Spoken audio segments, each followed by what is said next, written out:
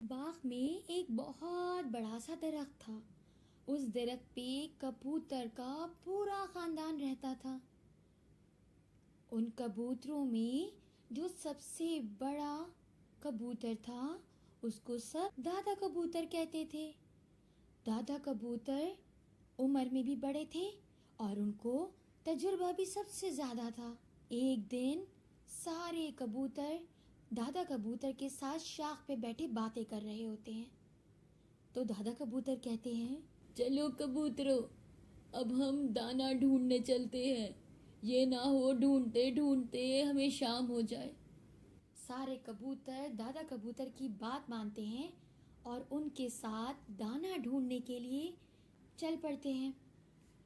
سارے کبوتر بہت دیر تک دانا ڈھونڈتے ہیں لیکن کہیں بھی ان کو دانا نہیں ملتا۔ بہت دیر تک دانا ڈھونڈتے ڈھونڈتے وہ تھک جاتے ہیں اور انہیں بہت بھوک بھی لگنے لگتی ہے، لیکن دانا تو انہیں ملا ہی نہیں ہوتا۔ ایک جگہ شکاری نے کبوتروں کو پکڑنے کے لیے ایک جال بچھایا ہوتا ہے اور اس جال کو دانے سے چھپا دیا ہوتا ہے۔ اتفاق سے کبوتروں کی نظر پڑتی ہے، کیونکہ کبوتر بہت ہی بھوکے تھے اور تھکے ہوئے بھی، تو کبوتر دانا دیکھتے ہی بہت خوش ہو جاتے ہیں۔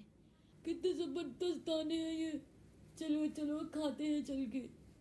ارے واہ یار، یہ تو بڑے زبردست دانے ہیں، چلو دانے کھاتے ہیں، کھانا مل گیا، بہت ہی بھوک لگ رہی تھی، ہم تو اٹھتے اٹھتے ہی تھک گئے تھے۔ دادا کبوتر اتنا سارا اور اتنا اچھا دانا دیکھ کے بڑے پریشان ہوتے ہیں۔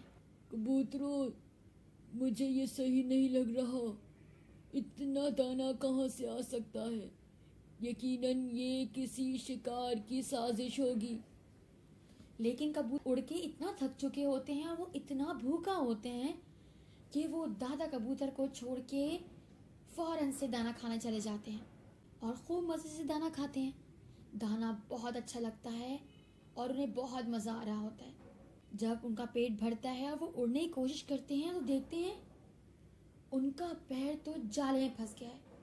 سارے کبوتر پریشان ہو جاتے ہیں کہ دادا کبوتر نے صحیح کہا تھا، وہ تو اب شکاری کے جال میں پھنس چکے ہیں۔ اتنی ہی دیر میں وہاں پہ شکاری آ جاتا ہے۔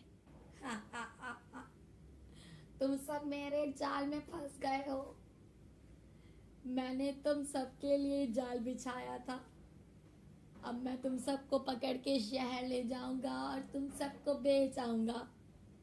یہ سن کے کبوتر پریشان ہوتے ہیں اور دادا کو پکارنے لگتے ہیں۔ کبوتروں، پریشان ہونے کی ضرورت نہیں ہے، تم مل کے ایک ساتھ اڑنے کی کوشش کرو، جالے کو لے کے تم سب اڑ جاؤ گے۔